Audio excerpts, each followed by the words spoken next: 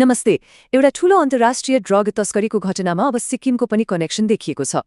दिल्ली पुलिसले सिक्किमका एक 30 वर्षीय युवकलाई पक्राउ गरेको छ, जो एउटा ठूलो ड्रग अपरेसनसँग जोडिएका छन्। पक्राउ परेका व्यक्ति हुन् तिलक प्रसाद शर्मा।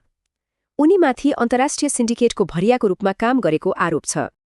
यो घटनामा पक्राउ पर्ने उनी 20औं व्यक्ति हुन् र उनको गिरफ्तारीलाई एकदमै महत्त्वपूर्ण मानिएको छ।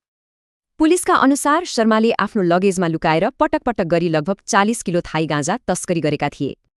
तर शर्मा त एउटा ठूलो सञ्जालको सानो हिस्सा मात्र हुन्। यो सञ्जाल दुबईमा रहेको एउटा ड्रग कार्टेलले चलाउँछ। यो कार्टेलको कारोबारको अनुमानित मूल्य सुन्दा अचम्म लाग्न सक्छ, 13,000 करोड भारु।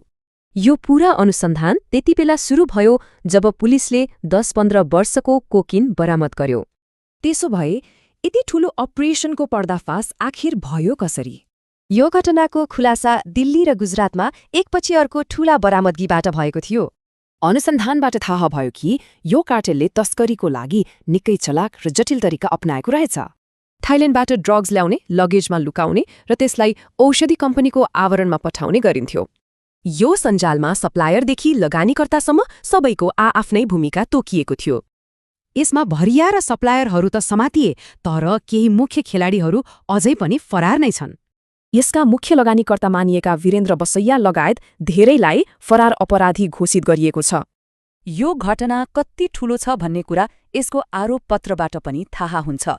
10,000 पृष्ठभन्दा लामो। मुख्य लगानीकर्ताहरू अझै फरार छन्। यस्तोमा प्रश्न उठ्छ कि यो विशाल कार्टेललाई साँच्चै ध्वस्त पर्न सकिएला?